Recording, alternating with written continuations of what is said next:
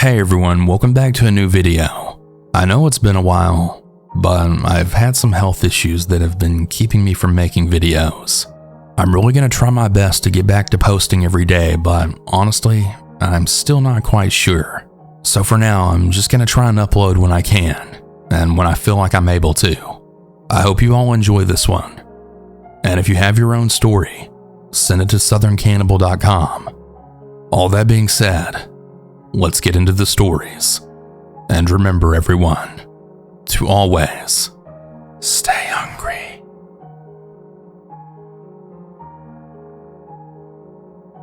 A little bit about me. I was 17 at the time and I'm a female, and this happened to me in April of last year. So I was about to leave to go get pizza, and as I was about to back out of the driveway, this man then appeared out of nowhere. This man had a green shirt on and had an exterminator outfit on as well. He startled me, so I had turned off my car and I tried to be as polite and as nice as possible to him to really avoid anything to happen, because I was out there alone with him in my garage with no one else around me. He then starts to tell me that he was an exterminator and that his car was parked somewhere in my neighborhood, which really had alarm bells going off in my head, especially when he startled me by being all the way up in our driveway. He had asked me if I was the owner of the residence, and I politely said no, but I told him, "Why don't I go get my mom so you can talk to her?" My mom comes outside, and in our garage we have a handicap ramp, and he's literally almost to the lower part of the ramp, and me and my mom were at the top part of the ramp. The man starts talking about how he's an exterminator, the same stuff he was saying to me, and my mom just said thank you, but we already have an exterminator, and to have a great day. Well, the weird man proceeded to start harassing my mom, and my instincts then told me to go inside of the house. I went inside my house, and I opened up the knife drawer, and I pulled out the biggest knife out of the drawer. I opened the garage door, and at this point my mom had told him to get off our property for like the third time, but he just wouldn't leave. So I'm just standing there tapping the knife on my leg with my head tilted to the side, and the strange man didn't even realize that I went and got a weapon for me and my mother's protection. Things then began to get really heated, and my mom told me to go get her gun. Well, there's a lot of stuff that could have gone wrong with this approach. First off, I had no clue where her gun was at, and I was definitely not about to leave my mom out there with that strange man all alone. Who knows what kind of weapons that he could have had on him at that time. I hold the knife up, and I then tell him, "Get the fuck off our property." And I say this several times to him. I then also proceed to say, "Dude, back the fuck up." He's still standing at the end of the handicap ramp, and he gives me this creepy, sinister smile while doing so. And only then does he finally proceed to leave our property. Well, come to find out, he was walking around our neighborhood for 5 hours straight. I even have a video from our security system cameras of him walking through our lawn, as well as a photo of him walking around our neighborhood. Please everyone, always stay alert and aware, and never let your guard down. Especially if someone you don't know shows up randomly asking you if you want some services to be done on your house. That situation could have really been a lot more severe, but luckily I got a weapon at the right moment without dragging any attention to myself. Who knows what could have happened if I hadn't gone into the house and get that weapon. Please be safe out there.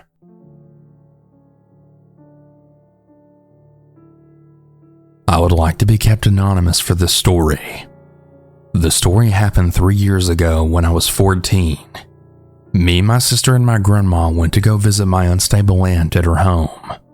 All I really remember is going grocery shopping with her. After we left the store and took my aunt home, me and my sister, who I'm going to be referring to as Sarah for privacy reasons, had helped my aunt unload her groceries and then took them in the house. My aunt was renting a room at the time, so she lived with a lot of people. After I left the groceries at her doorstep, me and Sarah began walking to her car, where out of nowhere, the landlord's dog then bit me. I'd yelled at the dog, which the landlord's idiotic kids snickered at. Now, this isn't the scariest part of the story, and I hope I'm not dragging this story out, but I just felt like I should add that part. After we said goodbye to our aunt, we left back home.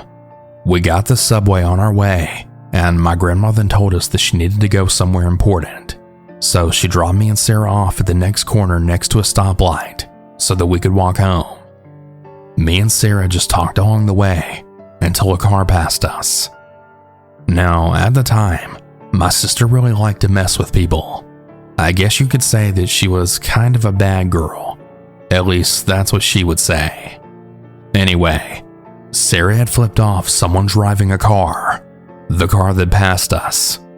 She did this as a joke, but oh boy did this turn ugly. The guy had made a U-turn and then sped in our direction, almost running me over. He began cussing at Sarah, asking why she flipped him off and that he's gonna kill her. Sarah just kept denying that she did anything wrong, but I don't know if she denied what she said because she was entitled or just petrified. But I know I was. My whole body started aching and my anxiety tensed up. I seriously thought we were gonna die for the mistake that my sister did. The guy kept rambling how he has a gun and that he's gonna kill Sarah for what she did. I then started walking away slowly. And I know this was a dick move, but I was very scared and anxious that I honestly just didn't even know what I was doing. Luckily, the guy gave Sarah a warning and drove off. After that whole ordeal, me and Sarah continued walking back home, still in shock on what happened. My sister didn't show any kind of emotion of being scared due to her being prideful, but I know deep down that she was also terrified. I know this isn't your typical scary story, but to me and Sarah, it was one of the most scariest encounters we've ever had. The guy never showed any proof of actually having a gun, but the situation could have been a hell of a lot worse if the guy didn't just give us a warning. Others would have shot both of us right there on the spot. I probably wouldn't be here today if the situation escalated, or if Sarah did something worse to piss the guy off even more than he already was. I'm really grateful that nothing else serious happened, but this has really taught me that we should always be careful on who we mess with, and especially with hand gestures. Truth be told, Sarah stopped flipping random people off ever since that night.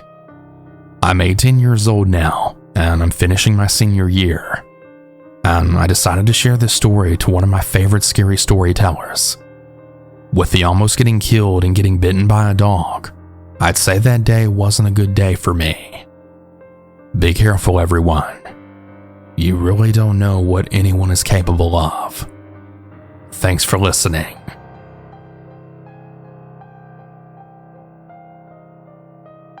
This all happened in 1995.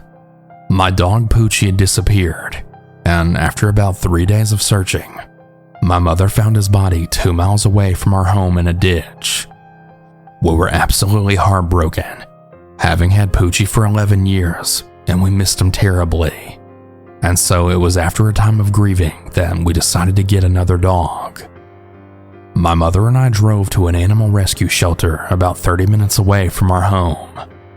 When we arrived, we began walking along the fenced-in structures, searching for a new friend to become part of our family. One of the employees had joined us, guiding our tour, assuring us how the dogs had all of their shots and were healthy, ready to come to our new home. The man looked to be a little over 6 foot tall, probably in his early 40s with long wavy brown hair and a thick brown mustache. He wore a cowboy hat, blue jeans, and cowboy boots. And there was something about him that just gave me the absolute willies. He began to instantly put on a high-pressure, aggressive salesman pitch, which was completely off-putting. I really wanted a new dog, but I found myself having an immediate visceral reaction to the man. I didn't trust him as far as I could throw him. We were looking for a small dog, and there weren't too many of them. Most of the dogs there were large retrievers, hounds, and pit bulls. However, there was one little guy that caught my eye, and I stopped to study him. The man had just given the spiel on how all the dogs were in good health and vaccinated, What I then watched as this small dog squatted and proceeded to have greenish-brownish diarrhea right in front of me. "This is what you call good health?" the man promised. I was honestly amazed at how quickly and smoothly he switched his tune. It didn't even seem to phrase him that I had just caught him in a bold-faced lie. If he lied to me about that without even batting an eye, what else would he lie about? I was done. I wanted nothing more than to get out of there. A couple of years went by, and I was in college 90 miles away from home. One afternoon, I had had the television on in my dorm room when a breaking news alert came on that interrupted the regularly scheduled program.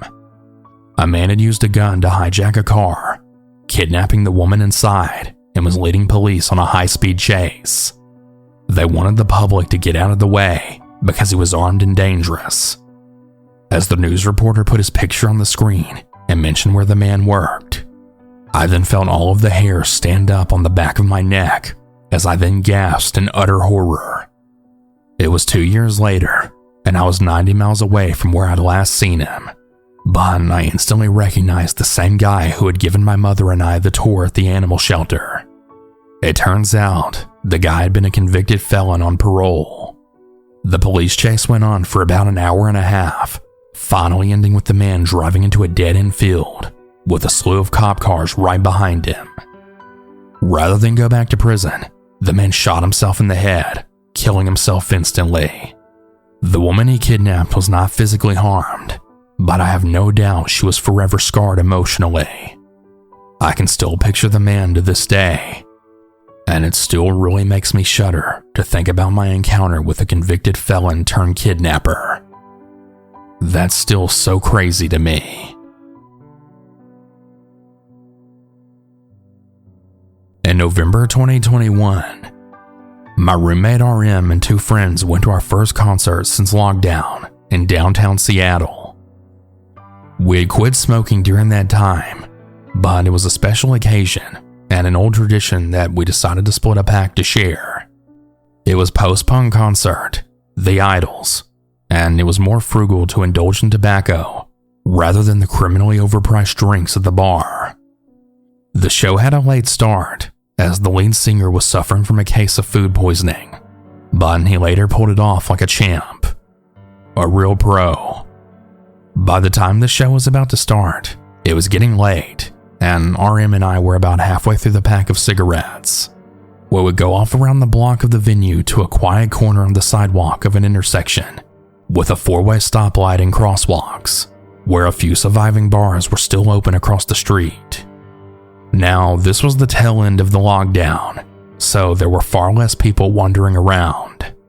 Now, neither I nor RM normally smoke cloves as our nicotine of choice.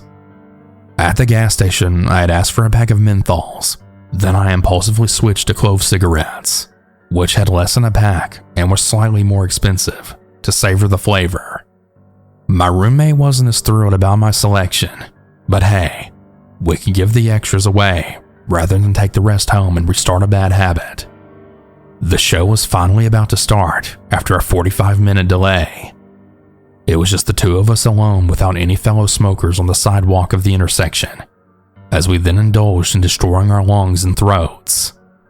We were both reminiscing about the past shows when a man in his early 40s walked past us to cross the street with the green crosswalk glowing bright in the chilly November night. The man took 1 step onto the street and paused, 1 foot on the sidewalk and the other in the road, long enough for both myself and RM to take notice and wait for a reaction to this odd behavior. Then the man abruptly turned around and approached us with a sheepish grin to ask if he could bum a cigarette. I and RM relaxed, as the man's behavior was of him losing the battle with temptation, as we admittedly ourselves did. As I held out my smokes, a sports car blew through the red light. It was right at that moment that the man would have been halfway across the street. I have no doubt in my mind that he would have been killed instantly, or both me and RM would be dead or horribly injured if the driver had tried to swerve and lost control of the car. In 2 blinks, the sports car was gone, peeling down the street like a complete jackass going around 60 miles per hour in a 20 miles per hour zone. It was one of those real, did that really happen type of moments. And both RM and I both exchanged a stunned, what the fuck, look, as the man then rambled how he hadn't smoked clove cigarettes in 15 years, and the sin was just way too much to resist. That poor bastard never even heard the speeding car, nor realized how close he was to becoming a bloody smear on the pavement. He thanked us for the clove and finished crossing the street, still with a solid green crosswalk light, happily smoking away as he then made his way into one of the bars. If I hadn't given in to my last-minute impulse to buy cloves over menthols, that man would have been dead, with myself and RM caught in the crossfire. That car was driving so fast that nobody had heard it coming. RM and I have quit smoking since, and we still occasionally talk about it, how vivid that moment has ingrained into our minds of that man standing with one foot in the road and the other on the sidewalk. A moment when an invisible coin was tossed with the three of us and that jackass driver's fate all in the air. I still get chills thinking about it. Thankfully, the man couldn't resist scratching that old itch, courtesy of his guardian angel, or whatever else you want to call it. But yeah, that's the end of my story. And please everyone, don't drive like a jackass.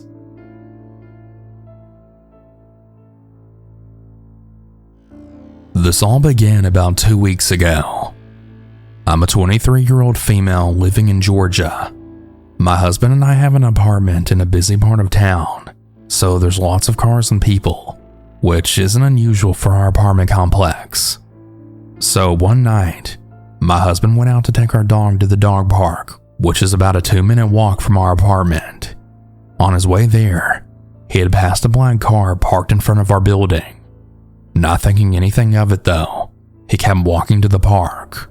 When he was coming back 10 minutes later, the car was still there. He thought it was strange, but just figured the person was on the phone or something. He walked up to our floor where our apartment is, and he came inside, locking the door behind him. Not even a minute later, we hear a loud knock on our door, followed by pounding. My husband gets up from the couch and goes to see who it is through the peephole. There was a guy in a red hoodie standing in front of our door with his hood up, hiding his face. He then stopped knocking after 30 seconds, but still stood there for a good 3 to 4 minutes.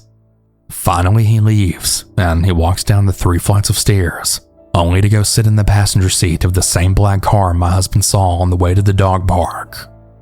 He's there for 10 minutes before eventually leaving. We don't think too much of this, as we just assumed then he probably had the wrong address or something. About a week later, I'm home from work sick. I'm playing some video games with headphones on, so I can't hear too much noise outside of my game. But I began to hear a knocking on my door around 10 a.m. But I just assumed that the noise is from my game, and I go back to playing. I hear quiet, slow knocking off and on all morning and into the afternoon. Each time I would pause my game and quietly walk to our door with my phone in hand, ready to call my husband and the police should anything happen. Every time I would look through the peephole to see who was knocking, no one would be there. The last time I heard knocking was around 4 p.m. I heard it louder this time, and I walked to the door with my phone. And as I look through the peephole, I then realize it's the same guy from a week ago in his red hoodie. I leave to grab my gun, and when I come back not even 10 seconds later, he's gone again. I call my husband, who's now leaving work early, and he then encourages me to call the non-emergency police line, which I do. They send an officer out to our apartment, and we tell them the whole story. He thinks it's really strange, and he doesn't even blame us for feeling on edge. He then reminds us that Georgia is a stand-your-ground state, meaning that if someone threatens you in your home, you have the right to use deadly force to defend both yourself and your property. He also tells us that they'll start sending patrols to drive through our complex more often, and to definitely call them again if we see the car or suspect again. It's been about a week, and he hasn't come back yet, but every little sound that I hear, I jump thinking it's that guy again. I don't know what he wants or what he plans to do, but just know that my husband and I own several firearms, and we're absolutely ready to defend our property and each other should this man come back again. Thanks for listening, and y'all stay safe.